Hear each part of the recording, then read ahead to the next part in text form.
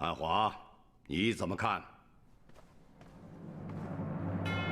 陛下，此人匆匆而来，匆匆而去，打一开始就没打算要什么土地，只是来我宣阳走走过场罢了。这番表现也是为了激怒诸位，坐使我宣阳侵占他玄牧土地的事，以这点土地为借口备战，看来玄牧是出兵在即呀。还是安华看得清楚。如果归还了一点土地，玄牧就能善罢甘休的话，我还给他们就是了，也能让两族的族民免受战争之苦。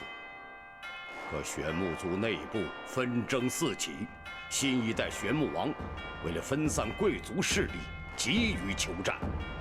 我宣阳必须应战，保卫我族家园。传我指令下去，整军备战，以防不测。遵旨。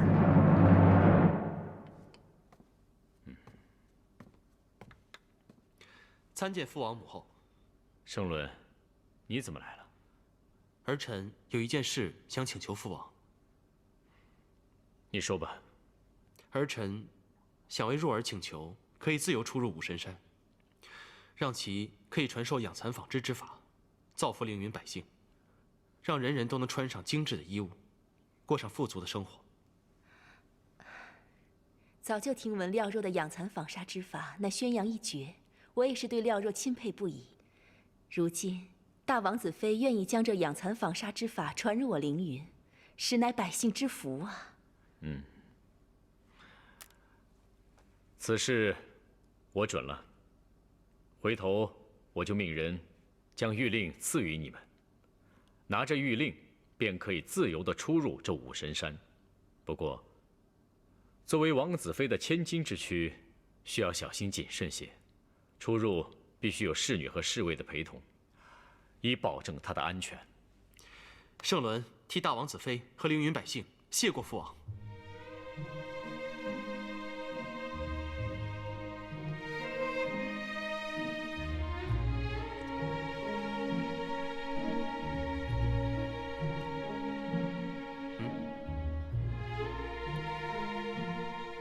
这是什么？这是父王赐的，持着它，便可出入武神山。真的吗？抱歉，还是没有办法让你像在宣阳一样自由行走。今时不同往日，能够这样我已经很满足了。你为我做了这么多，我都不知道该如何感谢你了。不要感谢我，感谢太陌生，朋友之间不需要感谢。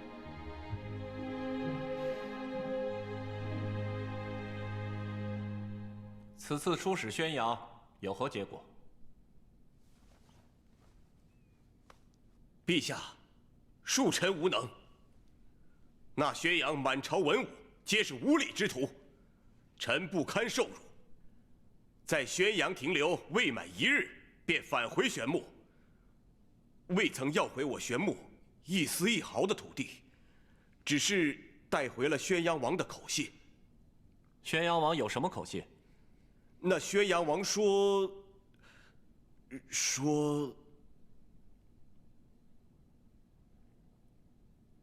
你说便是了，我不会怪罪于你。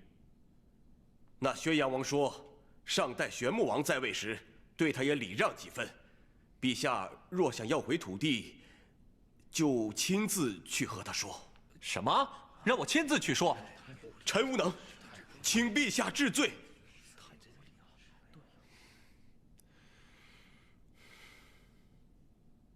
你起来吧，没你的事了。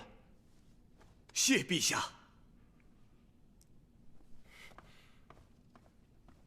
陛下，宣阳王如此无礼，根本是看不起我们玄牧。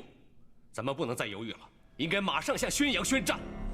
我们要宣战，对，宣战，宣战，宣战，宣战，宣战，是，对，一定要宣战，宣战，宣战，跟他们宣战，宣战。陛下，请下旨。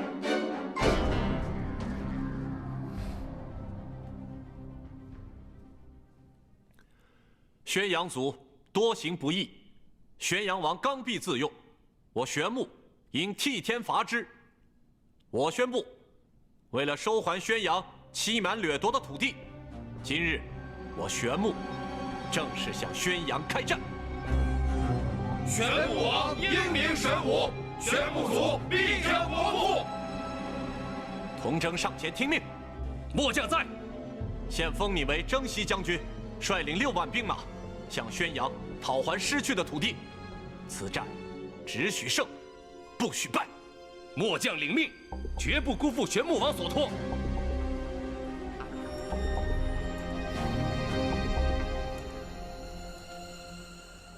哎，这儿还有水果呢。哇，这个东西也挺精致的。哦，那是鸭子。哇，这个也好看。殿下，你怎么没精打采的？是不是累了？要不要休息一下？没事。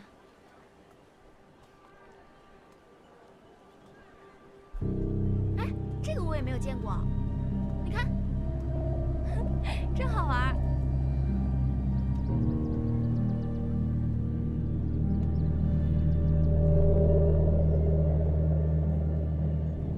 难道有人在暗中盯着我？环许，我好像有东西掉那边了，我去找找看。哎，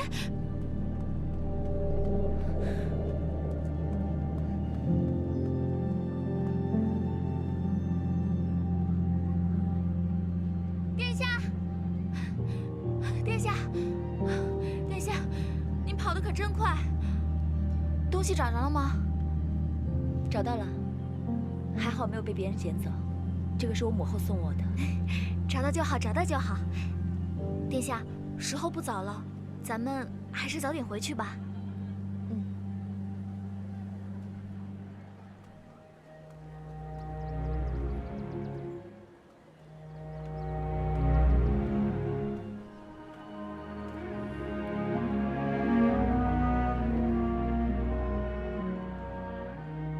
此次玄牧派出了神将童征，此人性格暴戾，但天赋极高。这次统兵6万，实力不容小觑。陛下，我们应该早做打算。禀父王，儿臣愿代父出征。愚臣能有此心，为父深感欣慰。不过这一战，我另有打算。惠儿，父王。惠儿在边关镇守多年，对玄牧士兵了如指掌，是首战的最佳人选。陛下英明，有3王子领军，此战必获全胜。儿臣领命，定不辱父王期望，此战必胜。此次3王子出征，必将大获全胜。2位王子，请留步。大人，大王子是不是很好奇，为何我会支持宣阳辉？父王此举确实风险很大。其实我这么做还是在帮你，我故意要平衡你们兄弟间的力量。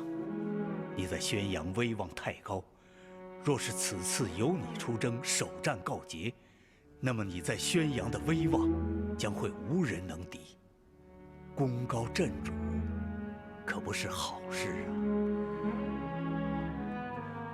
有劳大人费心了。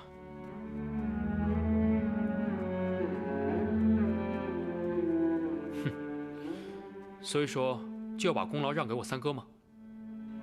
你看他刚才在朝堂上那得意的样子，这要是得了势，哪还有咱们兄弟的立足之地？回吧，母亲等着我们吃饭呢。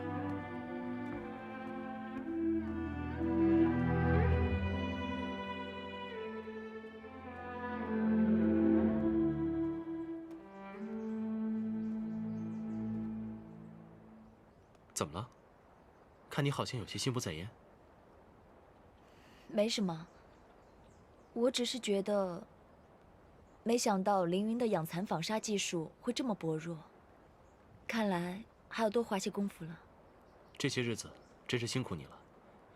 无私的将这些技艺传授给大家。我代表凌云的子民感谢你。我记得前几日还有人跟我说，朋友之间不需要感谢，说感谢太过陌生。你怎么忘记了？是我不好，回去自罚3杯。对了，有件事情要告诉你。玄木跟宣阳已经开战，双方已经出兵。怎么会这么快呢？那我大哥会不会出战？还有，玄木不知道会派谁出战。你放心，以后每天我都会跟你分享情报，一有消息我就通知你。谢谢。我先走了。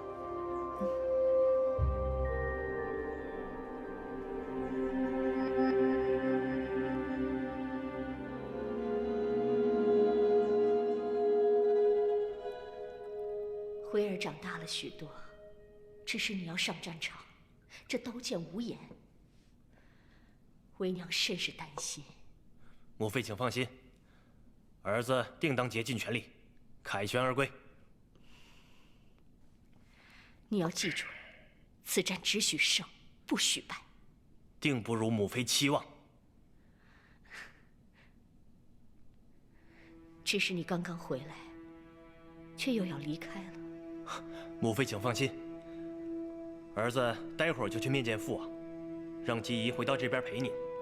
这样我在外打仗这段时间，你们就可以在这里等我回来。待我凯旋而归之日，就是我们母子3人在这纸月殿里重聚之时。吾儿真的是长大了，心思也变得缜密了许多。只是我心中始终有一件事情有些疑虑。母妃请讲。我总觉得宣阳若的出嫁有些问题，可是却始终探查不出究竟。小妹的婚礼能有什么问题？这些年你身处边关，不知道这宣阳身上发生的事情。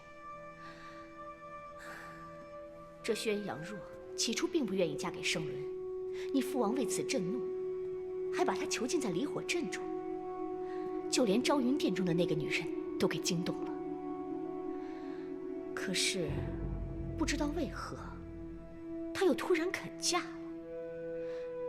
更让人奇怪的事情就是在大婚当日，玄木忽然向宣阳和凌云增兵，玄木王的兄弟赤云只身闯入宣阳。可是这件事情很快又没有了后续。赤云，若江的首领。我觉得母妃说的很有道理。这件事情一定有问题。这宣阳若也许跟这赤云是有关系。这段时间我马上就要出征了，我会派人去查探一下宣阳若这几年在外面交了什么样的朋友，也许能够找到一些蛛丝马迹。好，好，吾儿办事，为娘甚是放心。来，此战只许胜利。这是我们母子熬了多年才熬出来的机会，只有胜了，才能让你父王重用你。一定要让你的父王相信，你的能力不输于玉晨。一定要让他相信，你才是他最优秀的儿子。母妃请放心，辉儿定当竭尽全力。母妃只需在这儿等待我凯旋而归。好，吾儿凯旋之日，便是我去昭云殿赶走那个女人之时。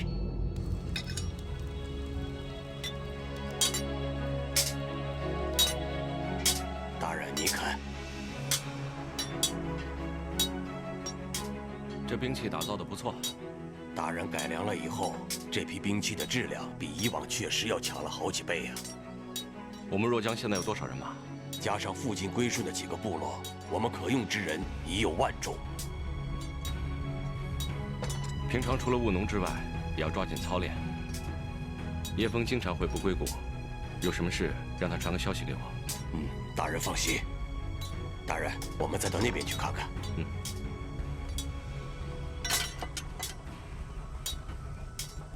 赤云大人，爷爷，离真，快出来！赤云大人来了。他们是？大人，这是严好，还有她的丈夫离真。爷爷承诺，上次大人中毒昏迷不醒时，就是由严好来照顾的。多谢姑娘。不谢不谢，您是我们入江族的大英雄，照顾您还不是应该的吗？啊，对了，这次怎么没看见阿莫姐姐？她已经好久没来不归谷了。对啊，我们一家人受木青姑娘大恩，很是惦记她呢。你们辛苦了，我再去前面看看。啊。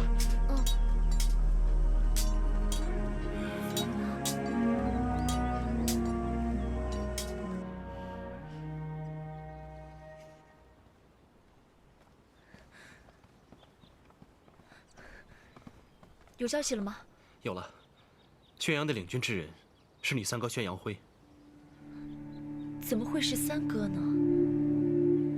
与玄木交手的第一战相当重要，只许胜不许败。我还以为父王会派大哥出征呢，没想到领军的竟然是三哥宣阳辉。看来阿莫不是很看好你三哥。不是不看好，三哥是禅雷氏所生，我们素来很少见面。所以三哥的实力我完全不清楚。你是凌云族的大王子，知道的肯定比我多。那童真号称火神，擅长控火，关键时刻一定会布下火阵攻城。而大哥的水灵刚好可以克制童真的火灵。你说我父王为什么不派大哥出征呢？如果此时玄木进攻凌云，我父王也不会派我迎战。为什么？难道是担心功高盖主吗？我父王怎么会忌惮大哥呢？大哥可是父王一手教导出来的。你父王也许不会，但你父王身边的那些谋臣，却会由此担心。这些谋臣最擅长的，就是平衡各方的势力。宣阳王作为父亲，自然会费尽心血培养自己最出色的儿子。当儿子渐渐长大，变成臣子时，在别的大臣眼中，他不仅仅是宣阳王的儿子了，而跟他们一样是臣子。同样作为臣子，自然不能令一个臣子独大。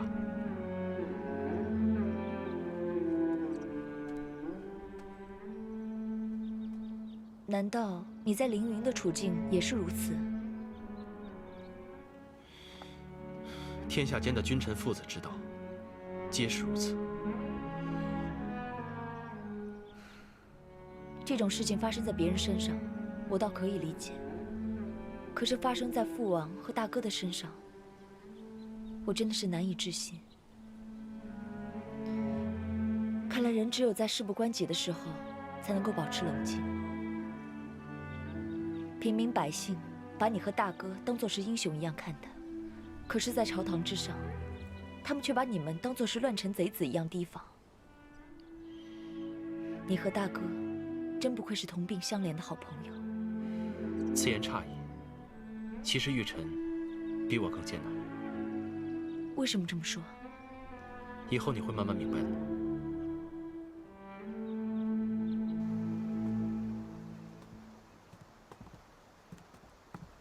你那边情况怎么样了？兵器方面就全靠你们若江了。已经做好准备了，几批兵器已经送到了前线。我在路上还搜集了一些战报，所以赶紧回来了。我就知道，只有你最可靠。怎么样？那些传讯的官员怎么还没有你坐逍遥来得快？眼下童征已经兵分两路，进攻宣阳的西边境，围住了童尔关，接下来就要攻城了。看样子，童征果然有一手。只是他生性火爆，容易沉不住气。这童尔关易守难攻，要是久攻不下，我不知道他会做出什么事来。所以我们要不要派兵去支援他？暂时不用。我猜，宣阳辉会比童征更沉不住气。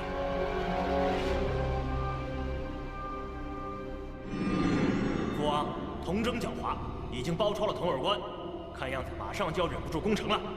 城中粮草可还充足？父王请放心，应付童征绰绰有余。那就好。童儿关易守难攻，你只要死守城门不出，和童征耗时间，以他那火爆性子，迟早会按耐不住。等他忍耐不住出手的时候，你专打其漏洞，到时就是我宣阳反攻之时。谨遵父王教诲。去吧。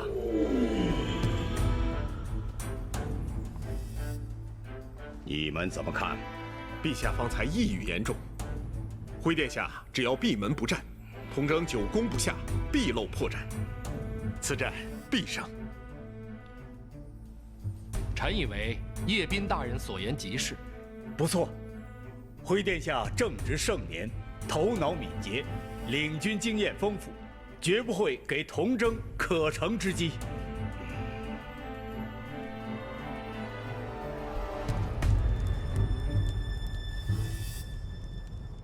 玄木的童征都已经在外面叫嚣半个月了，天天派人辱骂我们，咱们这么闭门不出，实在是窝囊。对呀，依我看啊，咱们三殿下胆子太小了，根本不敢和玄木军发生对决，像乌龟一样缩在城池里面。如果换了咱们大殿下，早就带领咱们打了童征，片甲不留，落花流水，落荒而逃了，对不对？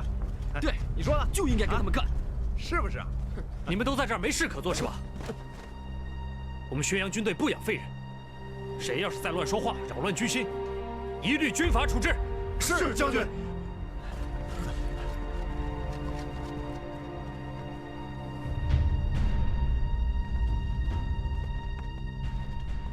三殿下，再这么拖下去，恐怕我们军心不稳，不如开城迎战吧。殿下，那童征远道而来，又僵持了这么久，早就人困马乏，我们这边却是以逸待劳，现在又是士气正旺之时，如果能够趁夜奇袭，必定能见奇功。好，我们便在今晚夜袭童征，全凭殿下吩咐。童征这一手包抄十分巧妙，只可惜童耳关易守难攻，现在双方僵持不下，只能比谁更有耐性了。那依你来看，这次的对峙大概会维持多久啊？长的话1-2个月，短的话也就2-3天，就出结果了。怎么会？攻城之战几个月都是有的，而且童耳关易守难攻，怎么可能3日就出结果呢？这就要看两军的统帅了。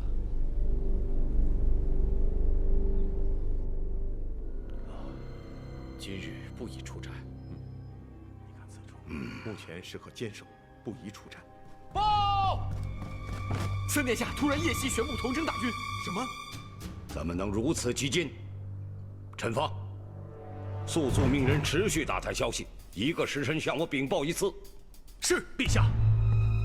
陛下，惠殿下趁夜出击，若是能成，必破敌军；若是不成，陛下，请早做接应的打算。父王，儿臣自请前往童耳关支援三弟。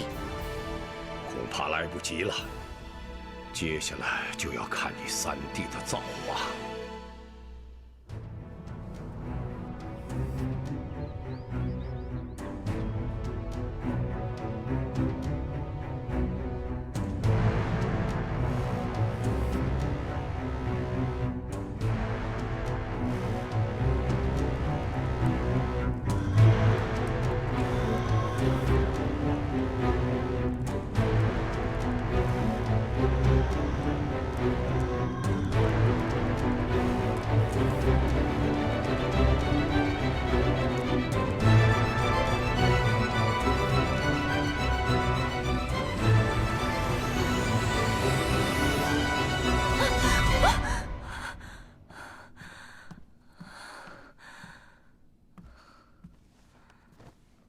怎么了？我梦见了宣阳军队大败，尸横遍野，我好害怕。你放心，宣阳王不会这么失策，况且还有雨辰在。恐怕现在这个情况，连大哥也是无能为力了。景时正在随时关注前方战况，一旦有情况，他就会禀报。你也不必太担心，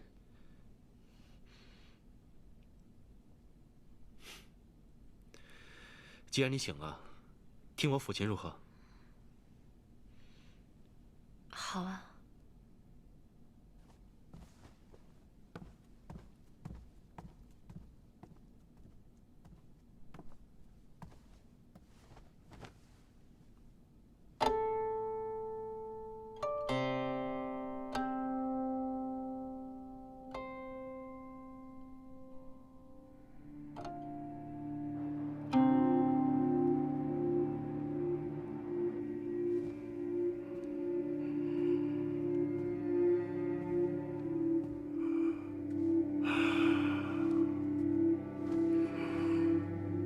慧儿怎么能如此的冲动，贪功冒进？父王莫急，一切还没有定数。也许三弟还有别的心思呢。但愿吧。陛下！启禀陛下，以三殿下为首的王族将士全军覆没了。什么？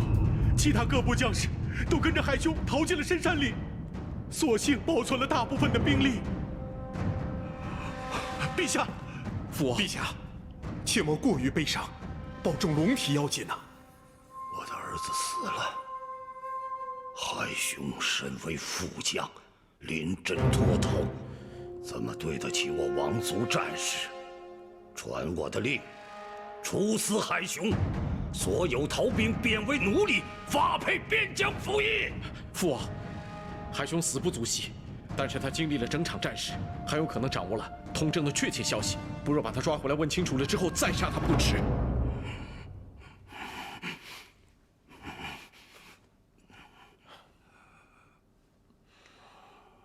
这事就交由你全权处理吧。通政灵力高强，被尊为火神。海兄带着士兵跟他周旋，利用地势保存了实力，可谓是罕见的将才。父王现在激怒攻心，一时失察，等怒火平息以后，想到这点，定会重用他。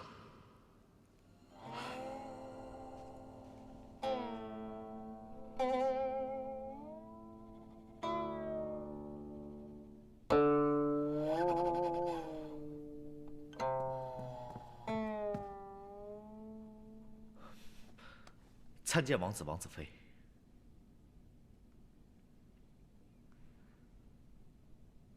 发生什么事了？怎么不说了？说吧。宣阳辉战死，带去的王族士兵全军覆没了。什么？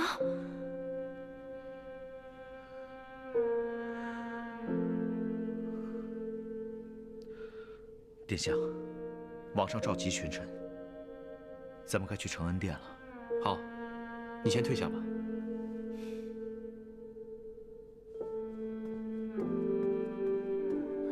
怎么会这样呢？你不必着急。现在宣阳战败只是一个结果，各种细节尚未可知。虽然我与三哥很少来往，但是听到这个消息，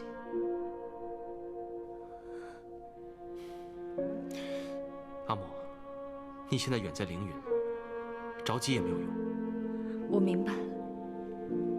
可是三哥战死，接下来上战场的就是大哥和四哥了。现在宣阳必定大乱，宣阳王一定会谨慎布局。就算轮到玉宸上场，你也不必太过紧张。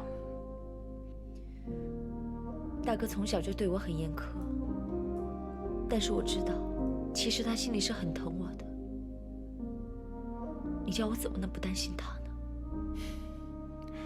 玉宸远比你想象的要强大得多。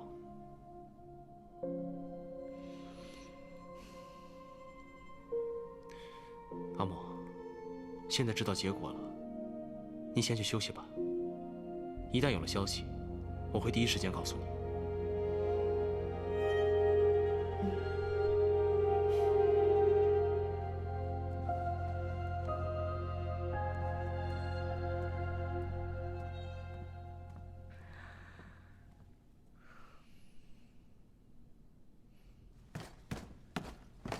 恭喜陛下，前线大捷，宣阳辉所属的王族士兵全军覆没。好，传我命令，再派5万精兵给佟大将军，让他乘胜追击。是。慢。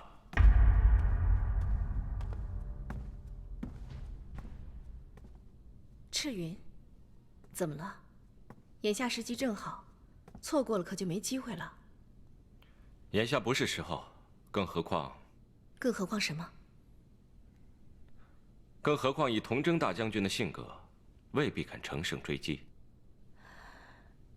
此话怎讲？总之，无论谁要乘胜追击，都不要同意。陛下，我跟你打个赌，看看佟大将军会不会继续打下去。